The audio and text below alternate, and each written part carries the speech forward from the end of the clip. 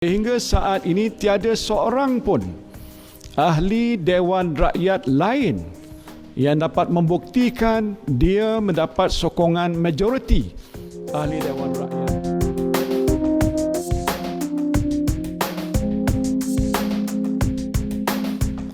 Keabsahan saya sebagai Perdana Menteri ditentukan oleh sokongan majoriti ahli-ahli Parlimen. Namun malangnya, dalam keadaan saya dan rakan-rakan dalam Kabinet berhempas pulas menguruskan pandemik, beberapa ahli Parlimen telah menarik sokongan kepada saya. Ini menimbulkan keraguan tentang keabsahan saya sebagai Perdana Menteri dan kedudukan Kerajaan Perikatan Nasional sebagai kerajaan yang memerintah. Dalam keadaan ini, saya mempunyai dua pilihan. Menurut Perlembagaan Persekutuan, saya boleh memohon perkenan ke bawah duli Yang Maha Mulia Seri Paduka Baginda Yang di-Pertuan Agong untuk membubarkan Parlimen dan mengadakan pilihan raya atau meletak jawatan. Pilihan saya yang paling mudah ialah meletak jawatan. Jika saya mengambil keputusan ini, maka selesailah urusan saya dan terserahlah kepada kebijaksanaan ke bawah duli Yang Maha Mulia Seri Paduka Baginda Yang di-Pertuan Agong untuk memilih Perdana Menteri yang baru.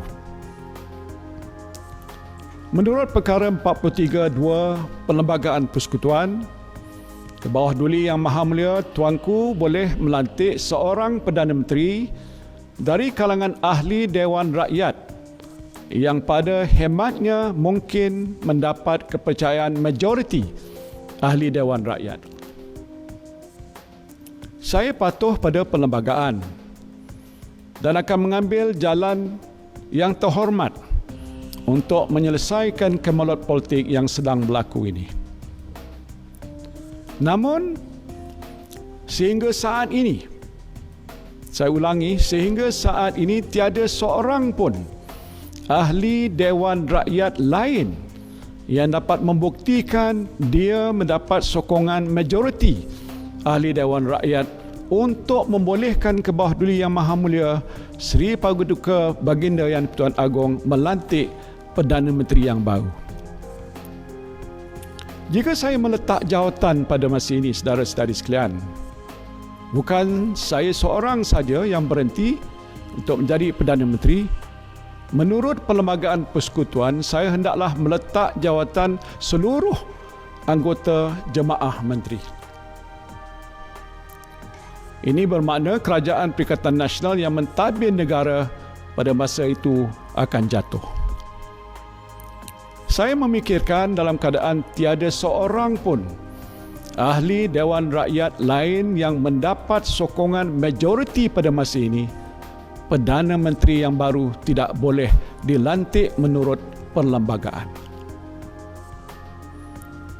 Jadi apabila Perdana Menteri tidak boleh dilantik, maka Kabinet pun tidak boleh dilantik dan kerajaan baru tidak dapat dibentuk. Apa akan jadi kepada negara kita sekiranya krisis politik ini berlarutan dan kerajaan baru tidak dapat dibentuk dalam kadar yang segera?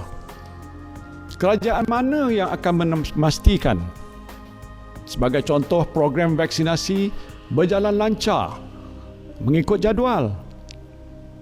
Sedangkan tempoh 2 bulan akan datang adalah amat genting